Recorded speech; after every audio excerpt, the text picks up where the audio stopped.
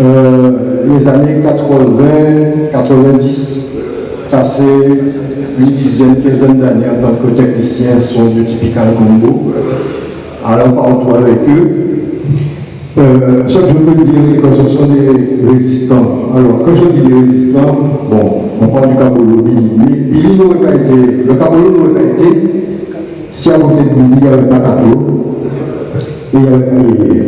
Et il n'y avait pas de bassiste. Parce que le son du Kabolo aussi, il y a pas une basse qui tourne dans l'esprit. Enfin, la scène qui a joué au Typical, pour le dire, c'est pas le Kabolo. Mais ça, à 4 musiciens, on peut faire un Kabolo, à partir du moment où on a l'esprit, c'est ça qu'on a fait, c'est ça. Et donc, avoir vécu effectivement de l'intérieur, je pourrais dire, parce que bon, les balles et tout, le deuxième chef d'orchestre Typical comme moi, c'était Billy. Quand dans une soirée, Billy regardait comment ça se passait au niveau de l'ambiance, même si Aristide disait, bon, le répertoire était encore, Billy se levait et quand il restait fort, et il imposait ce qu'il fallait prendre à un moment donné. Parfois, il y avait des petits colères, mais pas que contents. Et c'est vrai qu'à un moment donné, il ne faut pas le nier, l'homme il était content. Bon, on disait qu'à voici la bouteille aussi bien comme il faut. Et c'est là Kabolo qui a tourné. Parce que, non, je peux le dire, les gars étaient dans un autre monde parce que, eh bien, ils étaient dans la même planète à eux. Et pour revenir sur le fait que le Kabolo, tel qu'ils le sont conçus, Jean-Michel a parlé de Claude Ozo. Claude Ozo a créé la cadence magma.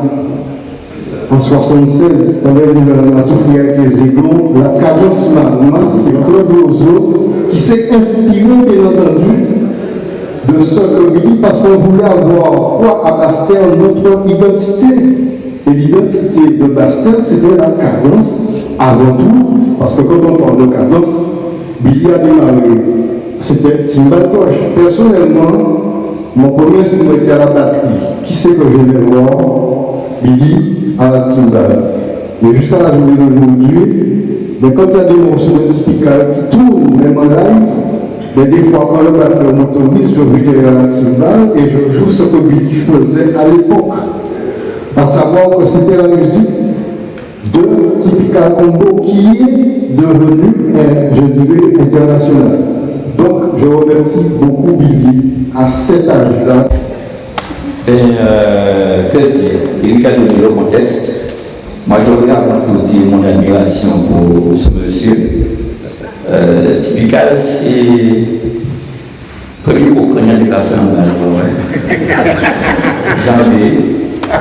Et puis, là, il passe les vacances à Calais-Tuiseau, Paul, Paulette. Et il y a aussi la Gauloise. En les Typical. Et à chaque fois, les gars, on a fait une recherche pour ouvrir la tête à Billy passé, parce qu'on va retenir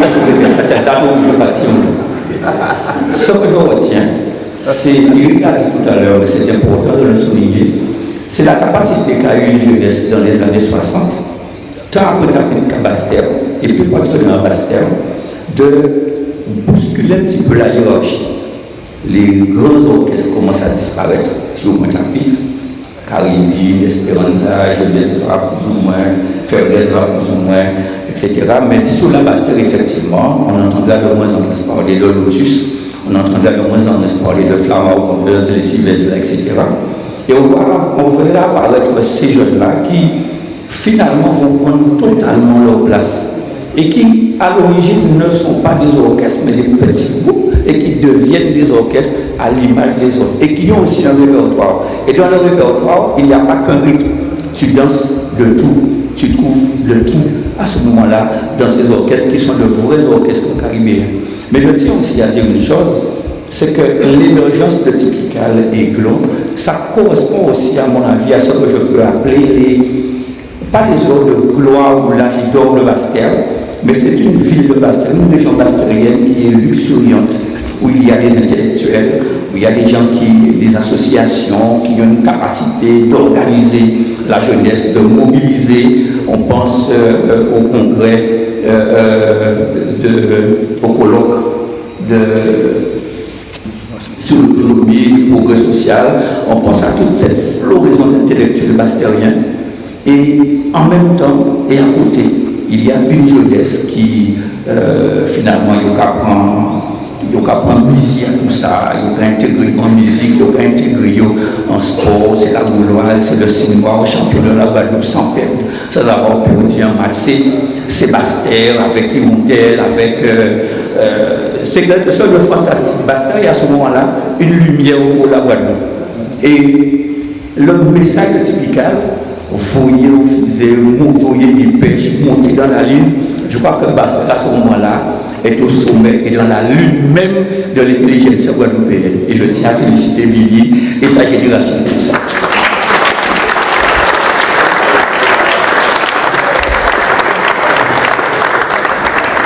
À sa force, à sa manière. Donc, moi je dis que Kabolo c'est libre. Je me pose la question, est-ce que c'est un mot libre ou alors un mot inventé pour qu'on l'appelle Kabolo? Forcément, c'est ça. Vous féliciter pour la manifestation. Je pense qu'il faudrait continuer à faire ce type de manifestation pour nos musiciens. Donc, par contre, les sujets étaient intéressants, mais il me semble qu'un sujet n'a pas été abordé, c'est l'étymologie du mot Kabolo, d'où ça vient. On a donné des explications, mais étymologiquement, d'où est-ce que ça vient? Alors, aujourd'hui, les choses se sont un peu transformées parce que les gens, déjà, nous alignés. Déjà, tu te demandes, est-ce que tu es dans une forme d'expression ou est-ce que tu es dans l'armée? Donc les gens sont rangés. Troisième chose qui est importante, quand on écoute la musique de la manière dont elle se joue, les percussions ne jouent pas dans des entrelacs, les uns par rapport aux autres. Nous avons joué en ligne. Et quand les percussions jouent en ligne, il y a une expression que nous, on a retenue. Nous avons dit, nous avons joué en playback. C'est-à-dire qu'il y a un chef de ligne qui joue et tout reste en mon incident. Ah, mais je pense que c'est intéressant. Il faut multiplier des choses comme ça pour pouvoir échanger. Parce qu'il y a des gens qui découvrent, mais il y a aussi des gens qui se rappellent des choses qu'ils avaient oubliées. Et c'est comme ça que le chemin va se faire. En tout état de cause, nous avons des musiques, des musiciens de valeur. Il faut absolument que l'on fasse un répertoire de ces musiciens-là, de ce qu'ils ont créé, de ce qu'ils ont fait. Et dans tous les styles. Et le jour où on aura fait ça, on aura laissé quelque chose pour les générations à venir. Je suis tellement content quand moi je vais aux archives et que je trouve des documents sur des musiques et des musiciens, que je me dis, pourquoi ne pas poursuivre ce travail-là aujourd'hui? Mais ça, c'est pareil, mais je dis la même chose aussi pour les sportifs. Non pas qu'un sportif qui est mort, des bouts qui font des carrières exceptionnelles, on ne dit pas un mot. Et nous avons regardé Mbappé, nous avons regardé tous ces gens à l'heure actuelle. Je ne dis pas qu'il ne faut pas les regarder, mais et ceux qui sont partis et qui ont fait carrière et qu'on a oublié. On oublie trop vite et ça c'est grave. Mais c'est une histoire de politique culturelle et de politique éducative. Ça n'a pas pris une nuit, hein? Ça doit faire partie de nos classiques. Un musicien jazz par exemple, il crée des choses mais il connaît tous ses classiques. En dehors de jouer la musique qu'il joue actuellement, il joue la musique des années 1920 et compagnie. Il connaît ses classiques. Nous sommes toujours dans la nouveauté. Et je vois par exemple, je disais tout à l'heure, on va dans un bal, après ça nous avons crié bal grand monde. Musique qui sortit peut-être il y a une vingtaine d'années, je vois que ça, musique rétro. Mais qui grand monde qui rétro? C'est en nous. Ce sont d'abord des souvenirs de jeunesse, le typical, l'émergence d'une jeunesse bastérienne qui effectivement va marquer le patrimoine culturel guadeloupéen avec des groupes comme Typical, comme les Mercenaires, comme bien évidemment les Aiglons. Et puis c'est un bonheur effectivement de voir Billy, et c'est un bonheur aussi de constater qu'à Bastère, il n'est pas oublié et qu'il est vraiment au cœur du patrimoine de son pays, qu'il est dans la mémoire du Bastère. Nous en avons besoin, et on en parlait tout à l'heure avec Eric Nabajot qui a fait un très bel exposé. L'idée effectivement, c'est qu'il faut décrypter tout ça et puis pouvoir écrire non seulement pour pouvoir transmettre aux jeunes le récit de vie de cette musique-là, mais aussi la musique en elle-même. Pouvoir écrire ou mettre sur partition ce qu'a fait Billy de manière à ce que ce soit enseigné dans les écoles. Ça me paraît important. En tout cas, c'est une très belle initiative de la ville. Mais pas du tout. Mais c'est-à-dire que Billy Avinel, il est tellement modeste qu'il ne se rend pas compte de l'immensité de ce qu'il a accompli. D'accord, il ne demande rien, il est là comme tout le monde et il ne se rend pas compte qu'il a pratiquement révolutionné, qu'il a bousculé les codes des percussions en Guadeloupe en apportant ce qu'il a apporté à travers le Kaboulo. L'histoire de Billy, c'était une super soirée. Franchement, je suis content parce qu'on a vraiment réussi le pari. La municipalité de Saint-Claude m'a demandé de faire cette opération avec eux. Merci à eux, merci de cette idée, merci de cette initiative. Billy le mérite parce qu'il faut que nous arrêtions honorer Valère nous, on fait au mort. Donc on a de la chance d'avoir quelqu'un comme Billy chez nous, qui est encore là, qui est encore vivant. On lui rend hommage. Le groupe qui joue là, c'est le groupe We Live, où à chaque fois qu'on joue quelque part, on joue du Kaboulo. Donc c'est pas par hasard, c'est pas juste un répertoire de circonstances. Nous quand jouons Kaboulo, nous aimons Kaboulo, nous aimons musique là ça. Merci Billy et merci à tous ces gens, c'était complet ce soir, c'était rempli, c'était génial. Mais franchement, merci pour lui. Moi je fais beaucoup de conférences à Bastère, à la Mecca, à la médiathèque de Bastère où on est déjà dans cette dynamique-là. C'est Claude Simé, c'est juste génial. Et comme tu dis, effectivement, peut-être que ça peut battre d'autres communes, d'autres villes Guadeloupe, d'autres côtés Guadeloupe pour mettre en valeur nous, valeur guadeloupéenne en nous, kilti guadeloupéenne en nous, parce que nous sommes des Guadeloupéennes et nous l'habitat à dit même. Tu sais, moi, ça fait 40 ans que je fais ce métier, la culture, je la fais vivre.